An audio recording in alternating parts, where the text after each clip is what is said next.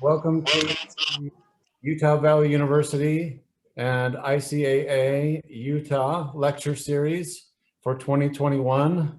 We're all grateful to have 2020 behind us, and hopefully this new year will be full of great things, and this evening will be one of them. We are very excited to have Steven Peterson with us to give us a lecture tonight called Architecture in a Time of Anti-Space.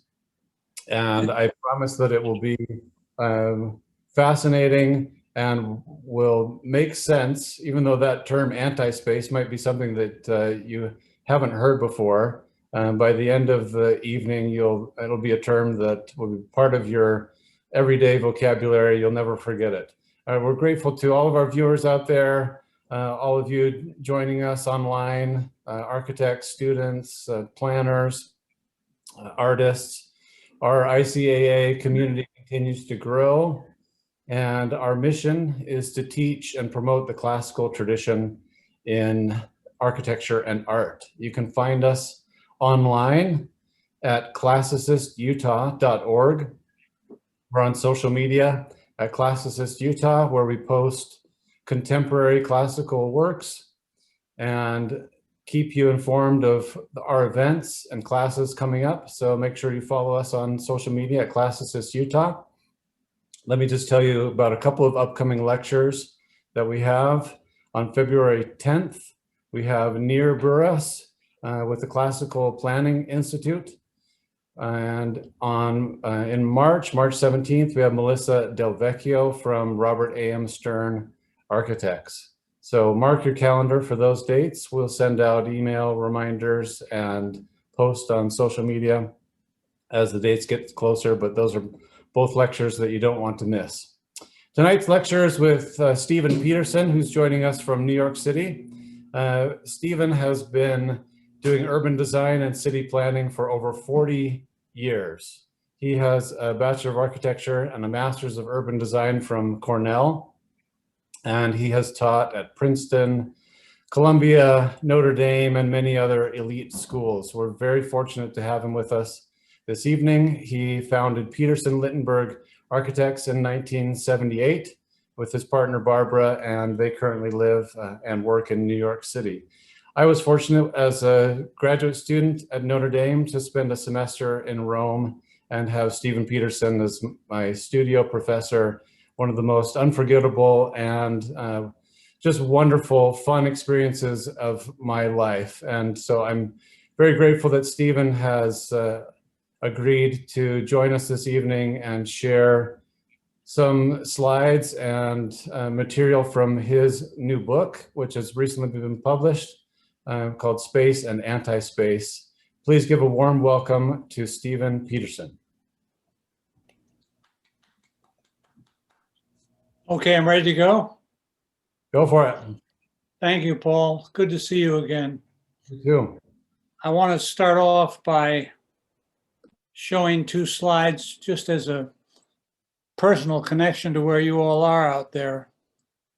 If you fly by the crow's flight from Orem directly west about 27 miles, you'll hit what used to be a town called Mercer, Utah.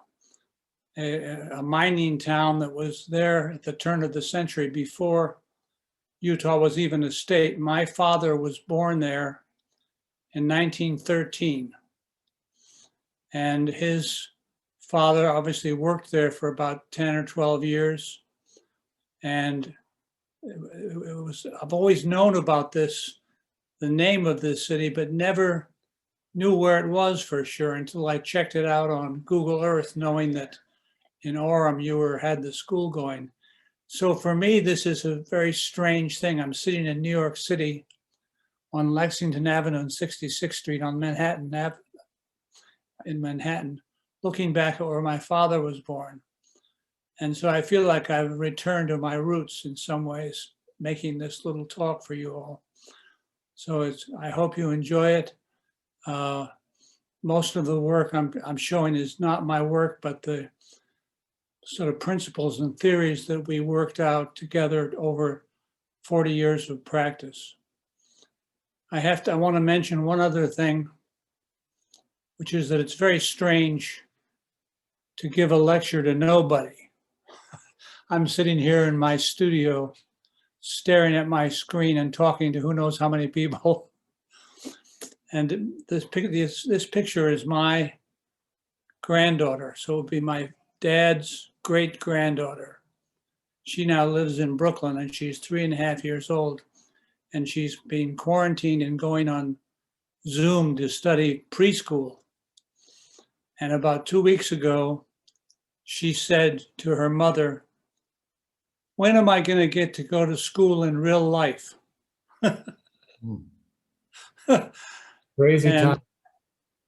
There's and which was amazing because it means she's aware, even though she's born into the digital world of internet, she's aware of reality and this little tiny screen where everything in the world somehow gets contracted down to about 8 by 14 or 10 by 14. Now, whether she knows what reality is, given the way she's dressed, I think she's got her own particular vision of what reality is, but she knows that it exists in space. All of us tonight are sitting here listening to me talk and show some slides. None of us are sitting together with others much, I don't expect. We're all looking at this screen and trying to communicate by the visual connections of the digital world. But at the same time, we are sitting in a real space. We're sitting with a laptop in an office, in a kitchen, in a bedroom, in a study, in a studio. And the space around us is real life. And the subject of the book is about architectural and urban space, which seems like a kind of ethereal thing to discuss. But it's very essential to, as an architect or as an urban planner or even as a classicist, which is even more so as a classical training architect, that you're aware of the volumes of space that you make inside and outside the building. Oh, why can't I change this? There. Okay, so there's the first slide. Yeah, we're good. We can see it. Okay, so the point is here that there's two kinds of space, maybe more than two, but two very clear different kinds of space. And there's a fundamental dichotomy between them. These two kinds of space are represented by Palladio on the left in this drawing and Mies van der Rohe's house in Plano, Illinois on the right. And the reason I call it anti-space, one anti-space and one space, is the following. Throughout the history of architecture and urbanism, space was something that was consciously made by Brunelleschi, the Romans, the Baroque architects, and even today in classical traditional architectural design. But we have come into a modern period when space, really scientific and natural space, that is the space of nature and the space known by the science, has taken on a different meaning, a kind of essential belief in a space that is flowing, continuous, infinite, unformed, the basic background of all design. Everything occurs in what I call anti-space. You could call it modern space if you want. But the essence of it is the same. Between the Earth and the Moon, for instance, there's nothing. No contrived descriptive geometries, no shapes, no place, just an emptiness between two objects. And the same thing is true, we feel it in the hills and landscapes surrounding the places you live out there. The space flows through and is not stopped or constructed by nature, but is just an infinitely conceived, random, uniform, continuous, flowing, general, natural, universal, uniform, unstructured, unbounded, infinite place. And you feel that not only in the hills when you're out hiking or biking, but you feel it in the shopping center parking lot. If you go to the shopping center, which is a constructed space, and you look at the parking lot, and there's no definition of it. You look beyond it, and the space just flows out in continuity. This has become, with modernism's obsession with transparent connections to nature, the type of space ideally that is made by architecture in the modern world. What happens is, as an analogy, the reason I call it space and anti-space is an analogy with the scientific concept of matter and antimatter, where the universe is made of both two kinds of matter. One, the antithesis of the other, and if they ever come together, they explode and destroy each other. What's happened in architecture, modern architecture, downtown city plans, all the development of individual freestanding buildings, is that this continuous uniform flowing space has taken over as the predominant attitude. We no longer make spaces like piazzas or sequences of rooms or even streets, which are spaces. Spaces formed as volumetric, prescribed, delimited shapes where the space itself is configured. So you get these dichotomies. On the left is man-made space, on the right is natural space, which has become for us an inhibition in making architectural and urban space. That is, it is anti-spatial in the sense of creating volumetric forms. So space versus anti-space, space is perceived, visible, ordered, formed, discontinuous by definition, static, specific, man-made, particular, variable, multiple, geometric, bounded, and finite, the absolute opposite of the natural world that we experience. The little diagram on the left of those people looking around at various things and seeing rectangles is to make reference to the fact that although scientifically and philosophically we live in a world of anti-space, there's a gestalt psychological aspect to the human vision and the human mind to make ordered connections between things, even though they aren't made. So we seek out patterns for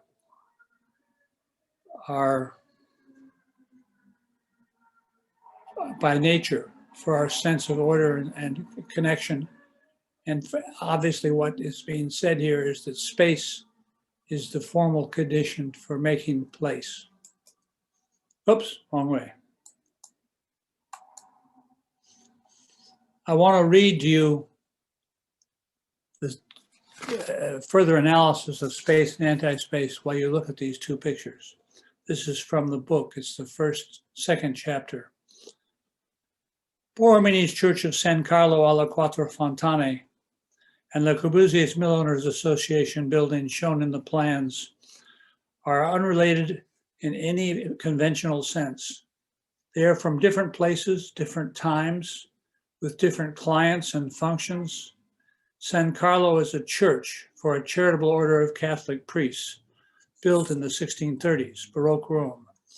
The Mill Owners Building is a conference center for capitalist businessmen built in the 50s, modern Ahmedabad, India. Yet when the drawings are juxtaposed here at the same scale, it shows that these different buildings are surprisingly similar. They use the same pattern of order in an identical and architectural arrangement, and both are bisected squares with their main rooms filling the left half. The empty right sides are similar too, one a cloister, the other an open loft. The two buildings are actually the same size, surprisingly, measuring 90 feet across their front facades. You can see this for yourself. They almost look like they ask a student to draw up the same thing two different ways. The main rooms dominate each arrangement and correspond in similar dynamic treatments. One curving up, the Borromini one, in an elliptical dome with cupolas. The other one spiraling through the roof into a clear-story skylight. Each room is emphasized by detaching it from the building's outer boundary surfaces through a separate layer. Borromini's on the left by a sequence of many spaces that leads from the back of the building to the front corner stair tower. Le Corbusier's on the left side by an empty slot that runs between the continuous room partition and the outer wall. That is not a closed off space. This is only about 6 feet high, and this wall runs through, so the space runs all around it. The space in this just flows through all around. It's as if Le Corbusier used the entire concept of Borromini's organization as a conscious antecedent for his own design, stripping away the Baroque while maintaining the same formal structure, translating it into a new modern architectural language. Whether or not, by the way, I think Corbu actually did this. It's very much like Cubist paintings, taking a portrait of a head and turning it on its ears and floating pieces of it around on the canvas. It's as if Le Corbusier used the entire concept of Borromini's organization as a conscious antecedent for his own design, stripping away the Baroque while maintaining the same formal structure, translating it into a new modern architectural language. Whether or not Corbu did this, the juxtaposition of these similar plans serves to reveal an important radical difference. They have very distinct, even opposite conceptions of architectural space.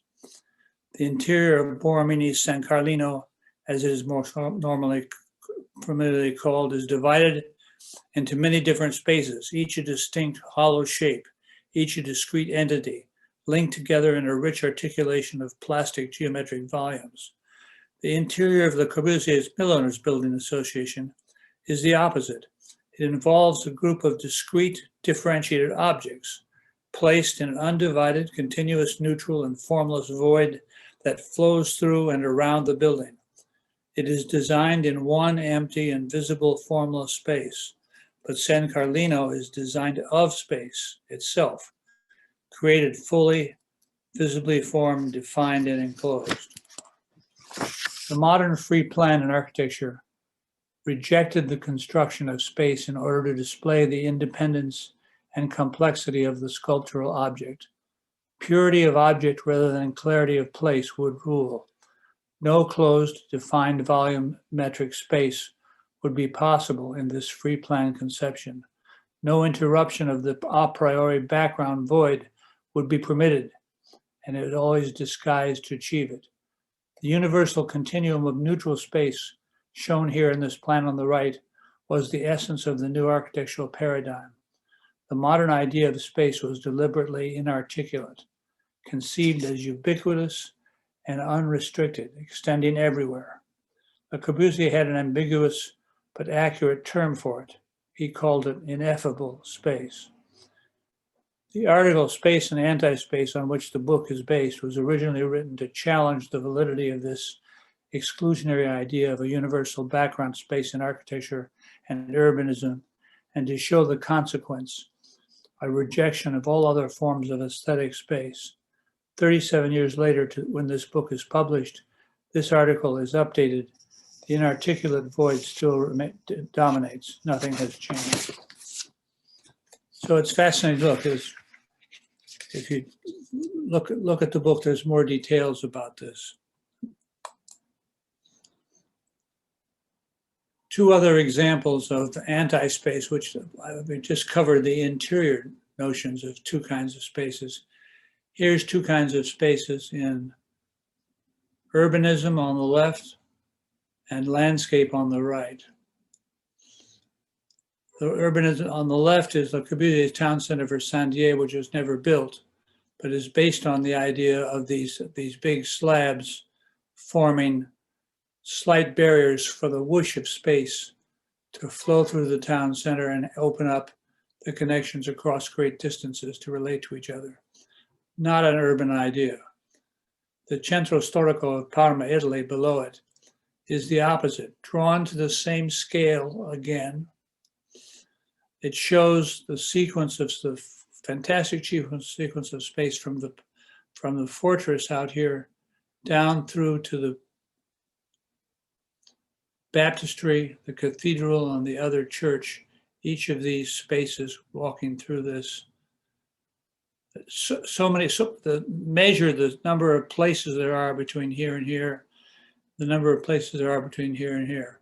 The essence of urbanism is lost completely by an anti-space application to this shape. Let me move. I'm going to move myself away a little bit. The one on the right is the plan of Jackson Park by John Rudin, Olmsted in 1893 for the World's Fair. This is the World's Columbian Exhibition, a cruciform pool, buildings laid out on a grid relating to it back and forth all over the place, an axis that leads all the way down into here and connects into this one. When the fair was over, Olmsted turned the whole thing into a naturalistic park. Strangely enough, Olmsted's little green island appears in both, and it was almost as if this green island, once the classicists moved away, took over and turned the whole thing into a landscape. Actually, this right here is the location of Barack Obama's presidential library. And this is the Museum of Science and Industry in Chicago. It's worth going out to see this. It still exists in this area here. Anyway, this is a world of space. This is a world of anti-space where no possibility can exist except the total continuum and infinite connections of this.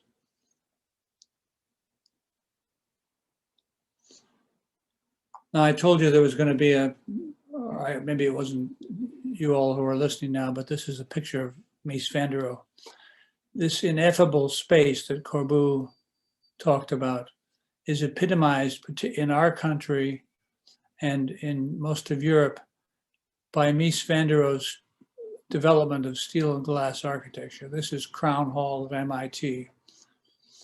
On the left is a picture where up a few steps is the floor of the architecture school, which is shown on the right in the interior. And it is laid out clearly. No architecture school looks like this. There's no books, there's no pinup space. There aren't even any drafting parallel bars. People are lined up so neatly. There's no place to have a lecture. Everything is clean. The ceiling is a hung ceiling below the structure so that everything seems to be floating. And this is a publicity shot, obviously. There's a man over against a wall with his staring at an exhibition with this little shadow. But the thing is, the reason I included this picture is that Barbara and I went down to World Trade Center site, which we worked on, and I'll show you some pictures of our project at the end of the talk, and entered into World Trade Center #1, the dramatic building that's the tallest one in the city now. And it looks exactly the same inside as this does, except there's a core of elevators and toilets and fire stairs over on the left.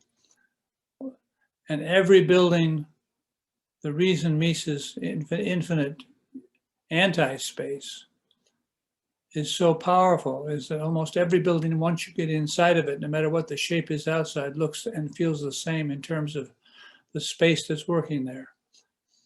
Now, the only way this can be achieved is through the ruse of sticking in underneath in a basement level all the offices, classrooms, administrations, secretaries, the dean's office, and toilets. Everything that you actually use in a physical way is down below in the ground so that the purity and abstraction of the upper level can exist there. Now I want to change the subject. It's still based on the question of space versus anti-space. In fact, these two pictures are illustrations of that, but they are about a city scale. On the left is an aerial view of Lower Manhattan. I don't know, it was taken, I think, well, it doesn't matter when it was taken. Aerial view of Lower Manhattan, Broadway, Wall Street, jammed full of streets, blocks, a rich urban environment that is so full of different places that it is an astounding version of a European city almost translated into the modern world of Manhattan itself. And below is a picture of the tall buildings that are crammed together down there. On the right, the same scale again, exactly, is the Pudong development across from the Bund in Shanghai. These are exactly the same, and the images below show the separate towers striving as individual objects to assert themselves in their presence. What is missing from the one on the right is any sense of architectural or urban space. There isn't even a plan. It's impossible to walk around there because the streets don't have sidewalks. The roads careen around, and in fact, it's deliberately set the buildings at different angles and different directions and different orientations, each standing on a space by itself, unrelated to one another. These buildings all relate to each other because of the proximity of space between them and because there is a matrix of urban fabric that is built into the system.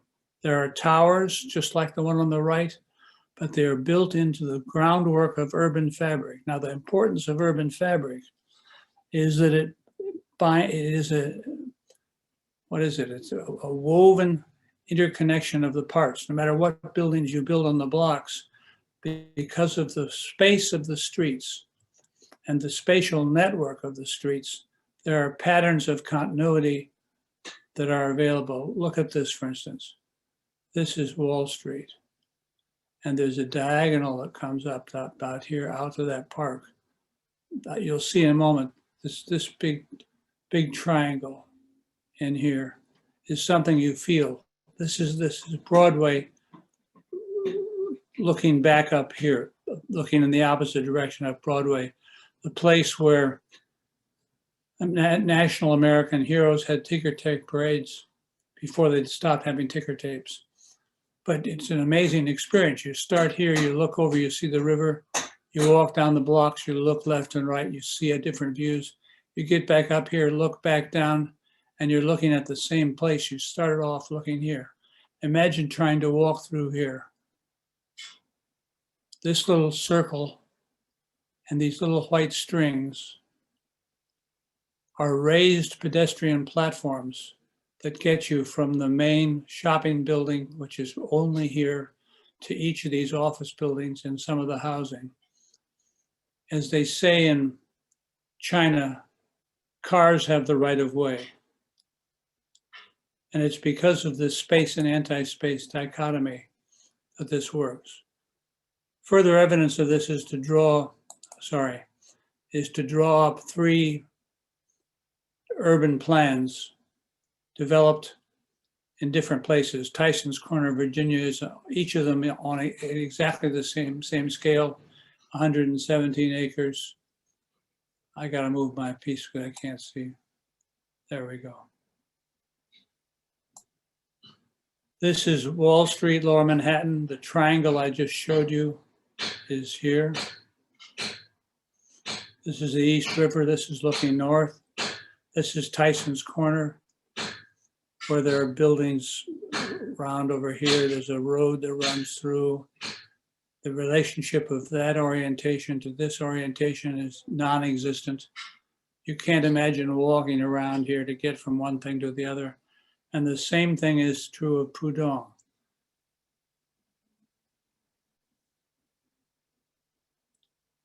What's wrong with this?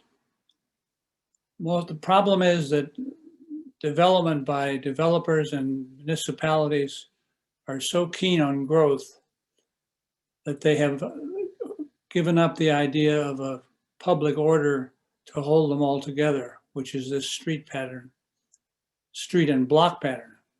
Blocks, each one of these blocks contains maybe 10 buildings. This is the corner of Wall Street. This is the New York Stock Exchange. This is Wall Street. It's chaos. Design stops at the building. The two tall buildings I showed you are this one and this one, the two major shapes. So what's urban fabric? This is a very important subject.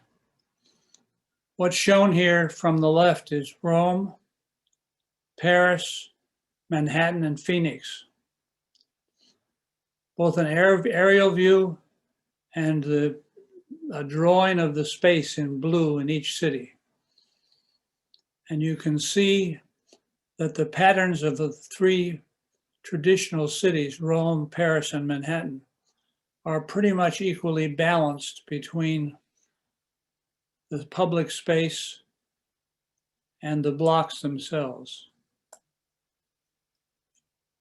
But Phoenix, which is built with anti-space, that is the belief in the continuous flow and the predominance of objects over any continuity. There's no space made in each of these volumes of space, Gramercy Park,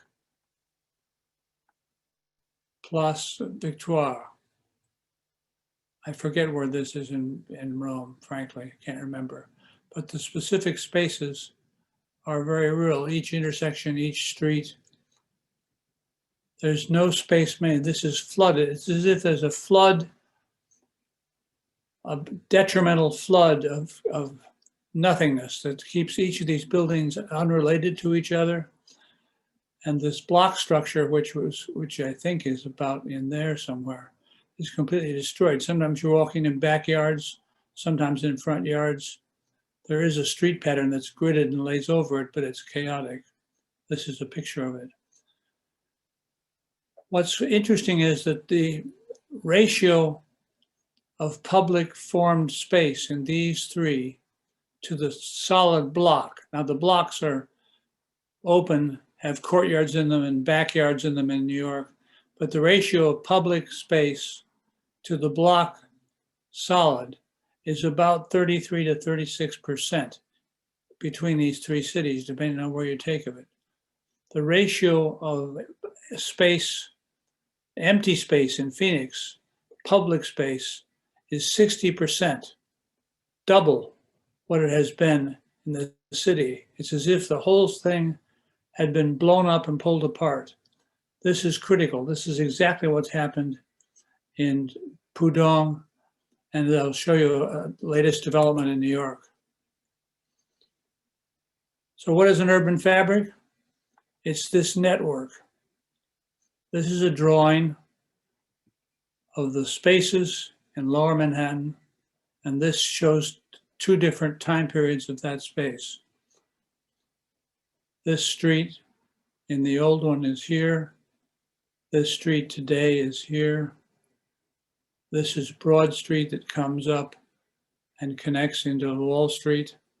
This is Broad Street that comes up and connects into Wall Street. And this is the full network of spaces. This is a complex form. It doesn't just happen. It gets designed and produced by the acts of will, of urban design and physical input of the public realm. The public realm exists because it's designed deliberately. Each one of the little lozenges on this thing are a street. Above them are towers, and standing in these empty spots are towers. What happens is the spatial network of Lower Manhattan from approximately 1867, so what this looks like, has remained the same through to 2018, this photograph is 2018, not much has changed in 2021. The architecture has changed, grown, compacted itself and turned into a whole different world. But the physical form, the spatial long work, the knitting together of places, although they change in scale, remains constant between these two time periods. That's what the urban fabric is. It's not architectural buildings. It's the balance, the network and matrix of the spaces formed deliberately of streets and squares. Now, I can't go into this at this point, but one thing we did in the book is to investigate. Here's that triangle I showed you of Lower Manhattan. Here's the triangle of Lower Manhattan. And it shows where these are here. If you analyze the solid and void aspects of an urban fabric, it applies to every major city in the Western world from medieval times, maybe not Roman, but medieval times on forward. They're all the same. They all have the same characteristics, as if you're looking at an organism and doing a scientific analysis of its structure and the components and its sort. And it divides itself. This is the urban fabric as a whole field. The idea of a field of design is like that of the solid and void interacting, like the relationship between, what's a good analogy? The electromagnetic field, where electrons flow and produce magnetic fields. The magnetic fields moving through a wire produce electricity. The electromagnetism has two completely balanced interacting capacities. The urban fabric is made up of these two. It is a network of spaces and a matrix of blocks, where you see one or the other simultaneously or concentrate on them. The matrix of blocks turns into the block elements themselves. The network of spaces has individual spatial elements. They unite in the block itself as a form, and so on down to this whole complex. It's a field, a spatial field balanced between object and solid. Now, if you exist in a world that we now live in of such abstraction that only everything is pulled apart and only objects exist, you can't get the richness of places, differentiated places, and possibility of expressing and containing it. You can have housing right here next to a huge office building, and they don't interact with each other except via the streets. There's a complex diversity that comes from this field of composition. Okay, one other factor. There's an argument, especially among, I guess I can say this, among, I have my batteries out. Just a minute, I gotta plug my battery.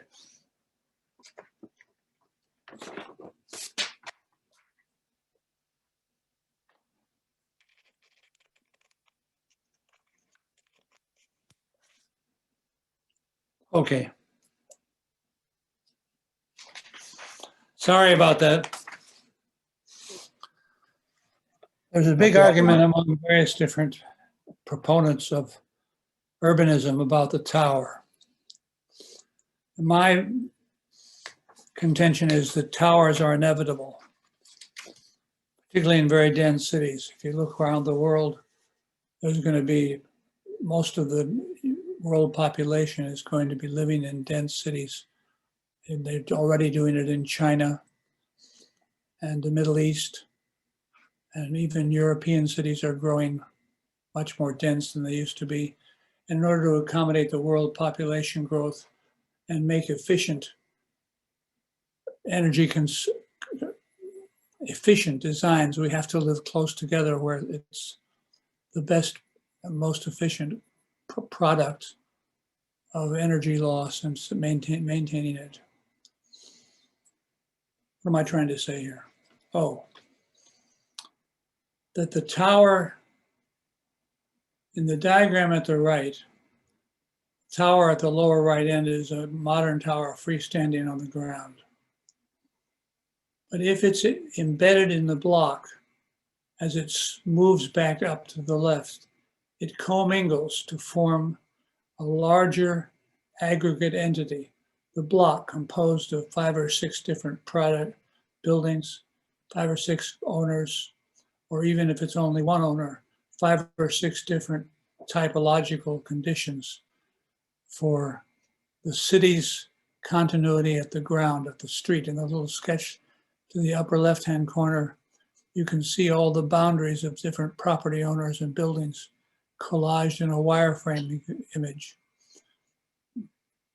This is a real site, 75 Broad Street Tower. You can go there and see it, and I would advise you to do so.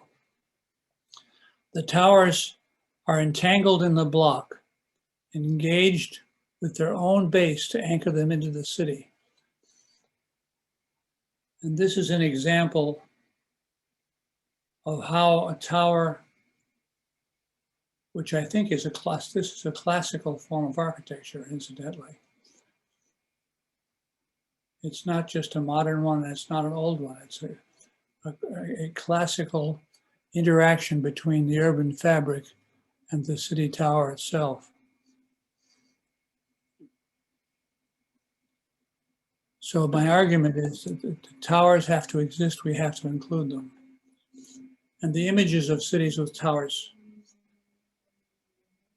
in these 2 postcards, one of a medieval city with low-rise wandering stuff and streets and little buildings and towers, and this image of Wall Street in a postcard from the 30s, 39. Towers will always be part of the city. It's how we accommodate them into the urban fabric that will make the future of the city an inhabitable, social, cultural, diverse, flexible condition. This is the tower, and epitomized this from 1929, the former New York Central building closes the space at the bottom of Park Avenue coming down from the north. The tower stands there connected with its shoulders, linking up to this piece of the rest of Park Avenue, going up, coming down, going through, the tower thrusting up above it, and dropping down to a lower base, which is a street level definer of the street level height at a certain point. What happens is that in this building is that you get the tower and the urban fabric knitted together, interwoven in a way that produces both things perfectly evenly. The debate between urban fabric or the traditional city, so-called traditional city, and the modern city is a non-entity. I don't think there is a real debate, because New York City particularly proves that the tower and the low-rise city can operate together. What happens here, though, is amazing. If you haven't been there, next time you go to Manhattan, the end of Park Avenue, the cars drive right into this vaulted space, go up 1 floor in the air, come around behind the building, go for 3 blocks, cross over 42nd Street and drop down onto 40th Street, all up in the air, driving through buildings all the way.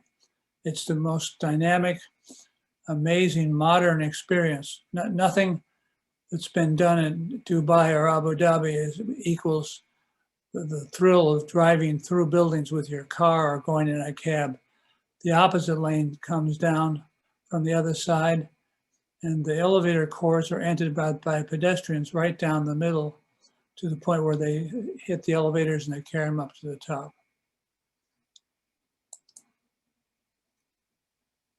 Now, I said I was going to show you Dubai, a Pudong type development in New York. This is a plan of the Hudson Yards project and a rendered image by Cohn Peterson Fox of the Hudson Yards as it would look when that plan is built out.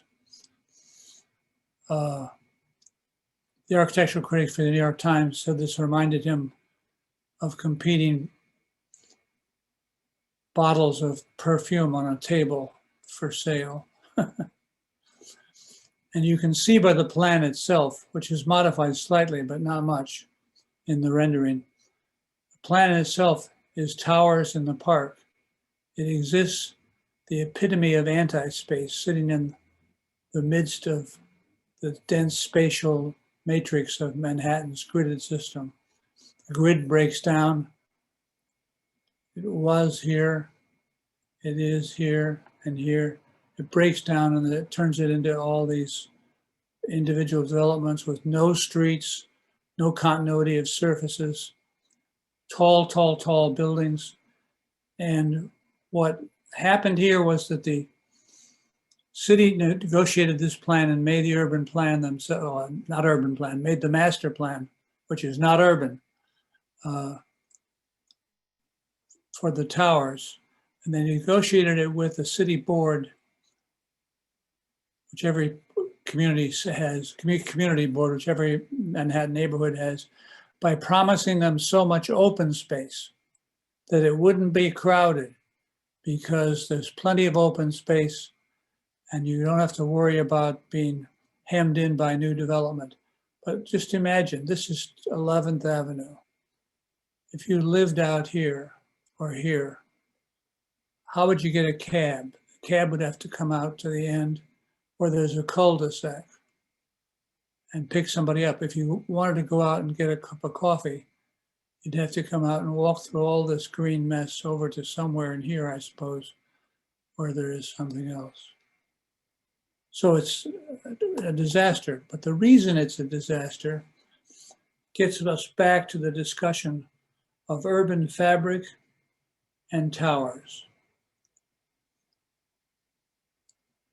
This is the master plan I showed you before, drawn in the same way that those spatial plans of European cities are drawn, where the configuration of the spaces, the blue, the liquid blue space, is unformed, deliberately left to flow through, deliberately left untouched. It becomes a proposition about modern planning that you don't touch the space, you let it go and let it find its own way, don't interfere with it. So this, although there's little moments of symmetry and little tiny pieces here, there's a dynamic flow of buildings crashing out into the Hudson River. It could just as well have been done. I did a couple of quick sketches very rapidly. In this plan, it takes the same amount of black area, if not more, and tests out using a New York grid system to go through, in which each of these are existing spaces. This is Rockefeller Center. This is Gramercy Park. This is Tudor City out on the river at the end of 42nd Street. And the grids are 200-foot blocks that run through and the streets connect back into the city. This is an axonometric of that. This is another little view of that. On top of this lower urban fabric, towers could be built in rigorous forms like this, or in goofy forms if they want to make goofy forms, because the towers extend up into anti-space above the blocks. You'd even have buildings crossing streets. All kinds of elaborate things can be done, but the ground level would have this continuity of urban space that would allow for shop fronts, for places to walk, for restaurants to be combined down a main street, for recreation to occur. This and this are exactly the same amount of public space. This is public open space. This is urban space. This is the difference. This is a picture of this portion of this built right along in here, where there are 3 towers and some low bulky buildings. There's no connection or relationship between the two of them, between any of it. They're just either built on or left empty. And you get, as a consequence, this empty space is filled with trees and brush and shrubs and stuff to kind of make it seem pleasant. But look at the difference between this and Chicago's Michigan Avenue, opposite Grant Park. There's more buildings of different kinds built in here than there are in this thing, but they offer up a public surface, a facade of public space that unites them all into an edge and a form and a membrane in that diagram of urban block that I showed you before. The reason this doesn't work and looks chaotic is that the buildings next to each other are not conscious of the space in between them. It's just left to be random. The more energetic you want to make it, the better. Each architect designs his own stuff in his own way. But more importantly, there is formed here an open void that could have easily become a street faced with onto a single, the idea of the Chicago Michigan Avenue is that it actually is the edge of a void to our left that we can't see, the Central Park. This is a defining surface, not only of the buildings that are themselves there, uniting the 2 or 3 or 4 or 5 big projects together laterally, but jointly forming together a spatial membrane that defines all of Grant Park. I don't know how I'm doing with time here. I'm going to show you to show you our project for the World Trade Center, which is 20 years old by now. Very briefly, just to show you how this aspect of urban fabric, the rejection of anti-space, the creation of major spaces at different scales works to produce a harmonious project. This was the New York Post headline. We were one of, I think, 7 architects who did the final projects to be chosen in a competition to get built. But we did work ahead of that competition behind the scenes. And this was our project. And the way that the New York Post described it, it involved at this, as you'll see at the ground level, 2 towers, but a series of complex lower level projects. The twin towers shown here in a more dramatic view stand in the slots between the existing Battery Park City office buildings. The towers themselves are a matching pair with a symmetrical little building at the beginning, which is the connection to the Hudson Yards commuter trains comes up in here. These 2 are the twin towers, but they are actually connected across diagonally just the way the original World Trade Center towers were. So there's a reiteration of the corner. And that corner and this one, which is equal, form a big rectangular space in the air. That's a rectangle that is approximately square with one corner missing because it connects down on the ground to the Battery Park in the south of the. Beneath these towers standing around in an orderly way is a 10-story urban fabric that connects back into existing bridges and contains an isolated precinct for 1 footprint and 2 footprints of the old World Trade Center.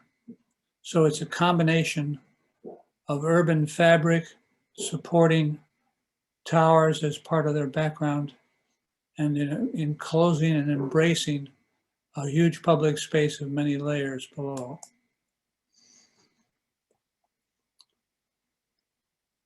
You should go see the World Trade Center site now. It's really sad. I'll show you a picture of it just a minute of one of the objects. But what we discovered was that one of the best 20th century urban designs, Rockefeller Center, would fit into the World Trade Center site. Not that it should be replicated and just stuffed in there, but to show that a development done by one architect or a team of architects at one time could re-inhabit that site as an urban continuity. The program for the rebuilding of the World Trade Center site had to be 10 million square feet for reasons I needn't explain or come to be. It was a major problem, but it was the way it had to be. And it turns out that this little model of Rockefeller Center exactly contained 10 million square feet. We made sure that it did by incorporating a little piece of the block to the north. But this 10 million square feet, and this is 10 million square feet.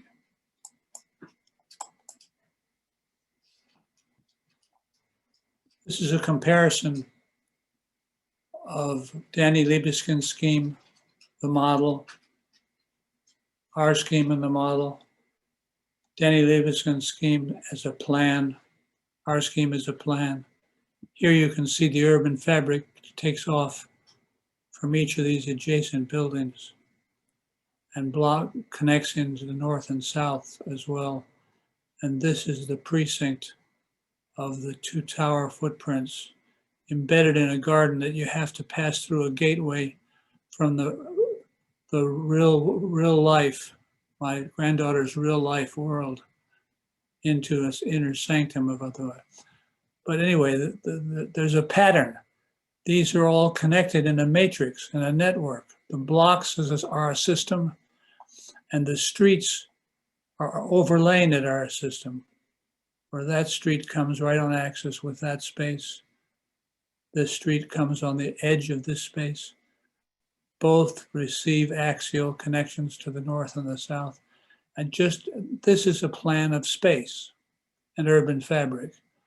This is a plan, if you look carefully at the boundaries of these buildings all the way out here, is every building is twisted deliberately to be unrelated to the other on purpose. And the reason that is not just to maintain the dynamics and the abstraction and the trauma of the site in some ways, but it's also to make sure that there's no positive space formed between pieces.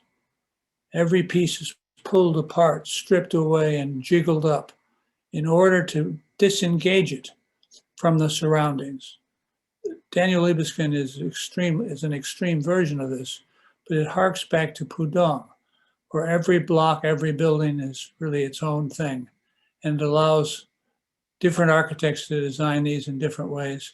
But all of this property was owned by Larry Silverstein, a single developer.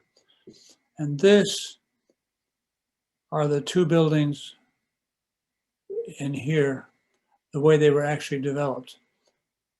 It is owned by, it's shocking to me. You have a pair of buildings being built at the same time by one developer, hiring two different architects, using the same color glass. Obviously that was specified. But the relationship between the two of them is not a pair. Not that this is the magical only way to do it, but how could you design, and Calatrava's carcass of the dead flying bird means there'll never be another building built here that's this tall. These two buildings will stand together on the tragic site of the World Trade Center, unrelated in any way.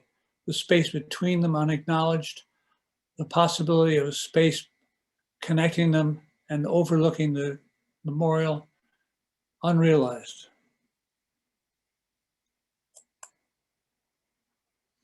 Now, what about urban design? I've gone through a couple of things, how you need towers, how we need to make space. This is from another project we did 10 years before that. This is Battery Park in Lower Manhattan. This is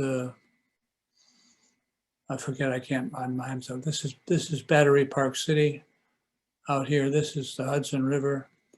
This is Broadway, where the ticker tape parades were made. This is a part of the triangle that we discussed before. And we did an urban design plan in 1993 because of an economic crisis that the Battery Park City Authority hired us to try and figure out how we could make public spaces in Lower Manhattan and reuse the deteriorating downtown.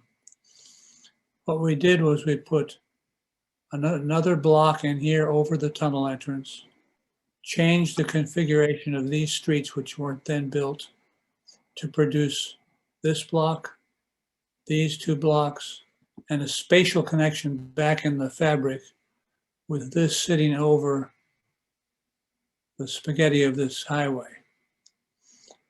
Then what you get is a common edge surface like the one in Chicago, stretching out to make a great facade of 5 or 6 buildings facing south over the Hudson River, and a reconfiguration of the park in such a way that instead of this accumulated incidental mass, you get a great oval encased in a rigorous boundary space. 2 spaces interacting with each other. Kind of reminds you of Corbu, doesn't it? The big oval. The reason I show this is we were hired to come up with ideas about what could happen to improve the urban fabric and the spatial connections in Lower Manhattan. We came up with the ideas because that was the objective, to stimulate all the different owners and players to think and rethink how things could be pulled together and be made more attractive, more profitable, more valuable. But in order to actually achieve this in the real world, you'd have to get Battery Park City Authority and their board, which is a state agency, to agree to realign their blocks. You'd have to get the MTA, Metropolitan Transportation Authority, to agree to allow this to be built. You'd have to get the Parks Department to allow a reconfiguration of the park, and the Highway Department to completely reconfigure the roads and streets. It's impossible to do in a simple way in our culture now, but it's what we need in the future, is the stimulation of ideas that may not come from a single client, but take a broader view of public space and the public realm that can be followed by the individual clients. Who should do this? How can it be achieved? Well, individual architects and individual owners can't do it by themselves or individually. It requires, this is a very simple thing. No one's telling anybody how to do these buildings. They could all be done in different ways as long as they maintain the surfaces. This could be done in a slightly different way, I don't know. What it requires is formal ideas put forth into a public forum to be debated. And that's the role of urban design. And that's what we've spent most of our career on. So I thank you for listening. If you have any questions, please ask Paul Monson or Brandon to sort them out, and I'll be happy to try and answer them. Well, Steven, that was a fascinating presentation. Thank you very much, very much for that, those insights. Paul Monson had some technical difficulties, so he's dropped off. He disappeared. Yes, but so you're not recording this, are you? We are, so we can have this for access later. So Michael, I Stephen, I did have a question for you. And if anyone does have a question for Steven, please feel free to type that into the chat bar, and I'll go ahead and ask some of those questions to him. But one question, Steven, was regarding your proposal for that the memorial at the World Trade Center area. It seemed that your proposal in many ways was very respectful. It was sensitive, balanced, and appropriate to building off the existing urban fabric, that you were talking about, and created a nice urban space while still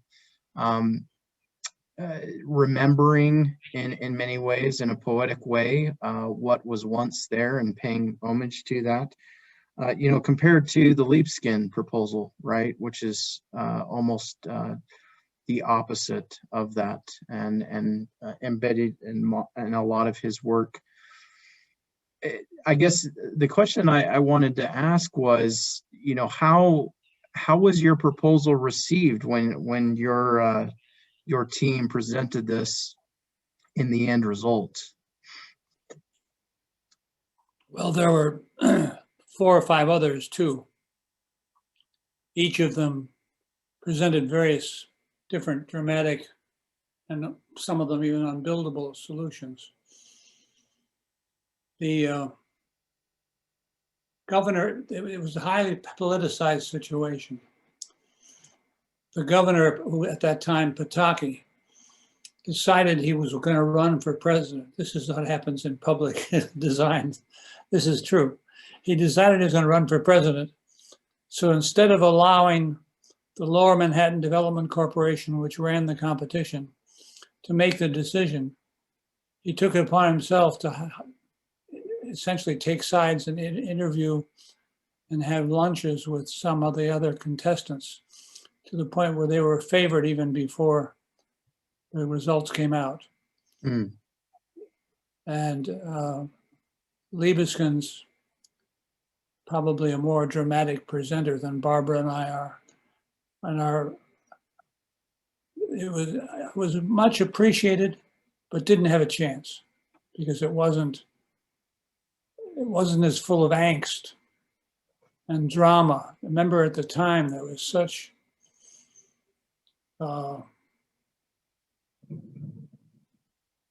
agony over what had happened, so unbelievable, that there were contesting forces. There were the families themselves of the victims who had died, who formed themselves in an organization that participated in all the meetings and voted for things. And they wanted the whole bloody site to be a memorial. So the more it looked agitated and disturbed, I guess, agitated and disturbed, the more they felt it was appropriate. And what we did, of course, was to make it blend back in at the periphery and make the memorial a kind of hidden in the huge backyard of the site. It was much more about mending the condition and renormalizing it, whereas what many people wanted was an expression of the agony and angst and shock. So I suppose in the end, we did the opposite of what a lot of people wanted. Well, that's understandable. No, thank you for that response. We've got a couple of questions rolling in from some of our audience members. Here's a question from Hunter. He asks, how would you suggest working with private developers and cities to better influence our local communities?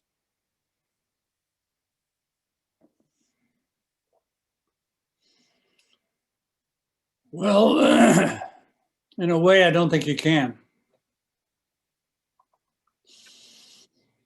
Without a third party involved. A third party of force that's got the community's interest at hand and has power of its own. The government has got its own influences having to do with the changing politics of the situation and who wants to win. But for instance, Pataki choosing Daniel Libeskind's scheme because he felt that it was the most popular scheme was really a choice of his to, in order to run for president, which he never did, but that was his idea. The developer had his needs for financial integrity and success, which had nothing to do with Pataki's political requirements. But the apparent plan of, and I actually don't think Silverstein wanted this plan. I particularly didn't want it the way it developed out. I think what has to happen is there has to be a resurgence of city planning boards and directors with somehow with political clout to control the site all the way through, which of course is antithetical completely to the capitalist free investment premise that our country lives in. but I think, Hunter, the one thing that can happen is that as architects and urban designers, you could advocate for more competitions for everything with independent judges to look at so that not so much that you'll get the winner, the best winner, because that sometimes won't happen, but so you'll get a variety of different ideas out, and the people will be able to see the options of what's actually possible on the site. The World Trade Center, we worked with the Lower Manhattan Development Corporation behind the scenes before the competition came out and developed 16 different schemes, different ways of doing it that we already knew that were all based on interconnected blocks and buildings back into the site. I think more demonstrations of public design, more reliance on the matrix of the city structure without designing the buildings themselves, but letting things kind of evolve within zoning envelopes. It'd be very complicated. I don't have, that's not a good answer. No, I think that gives us some great ideas though. I've got another question here from Killian. He asks, one of the largest contributors to anti-space seems to be parking lots. Do you have a good way to work parking space into urban design harmoniously? Yes, give up the suburbs. There's more people living in Manhattan than practically all of New Jersey.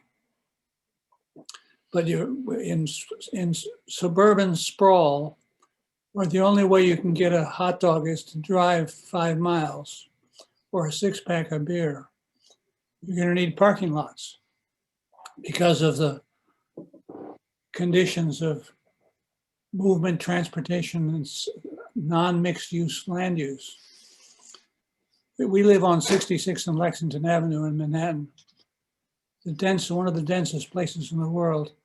And we park on the street in our neighborhood because everybody does not have a car. People have hired cars, use taxi cabs, use Ubers and subways. And you don't really need a car, so you don't need a parking lot. There are no this is the densest densest urban area in the world, and yet there's no parking lots, just streets. And in each building, there's sometimes parking down below underground, but only on the order of 100 cars or more each lot.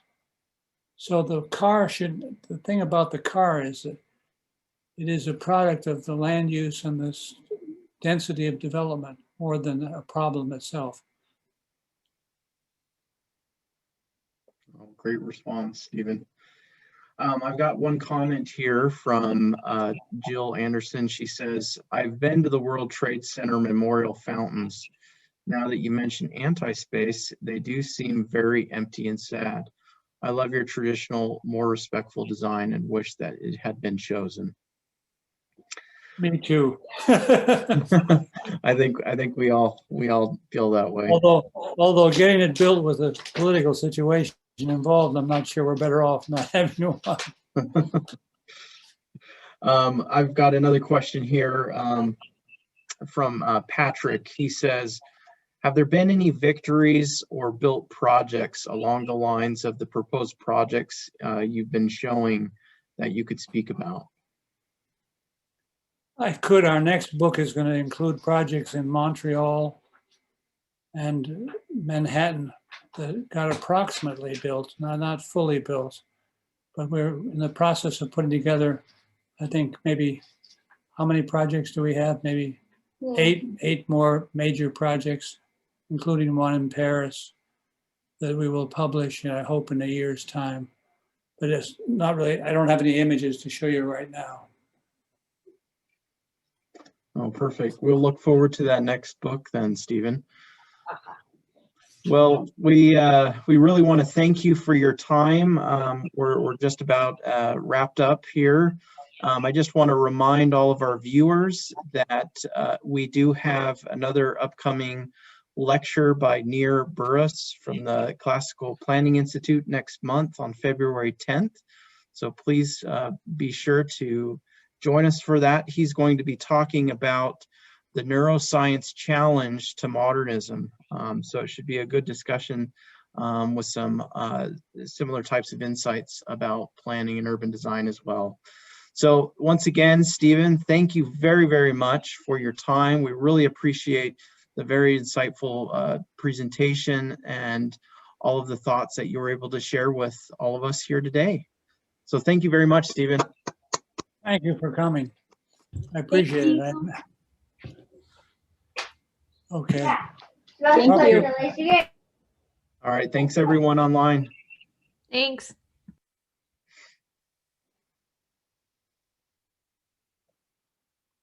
Talk to you tomorrow, Brandon. Sounds great. Thank you, Steven. Okay.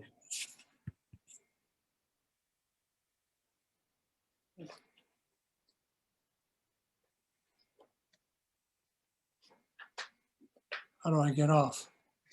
I'll close.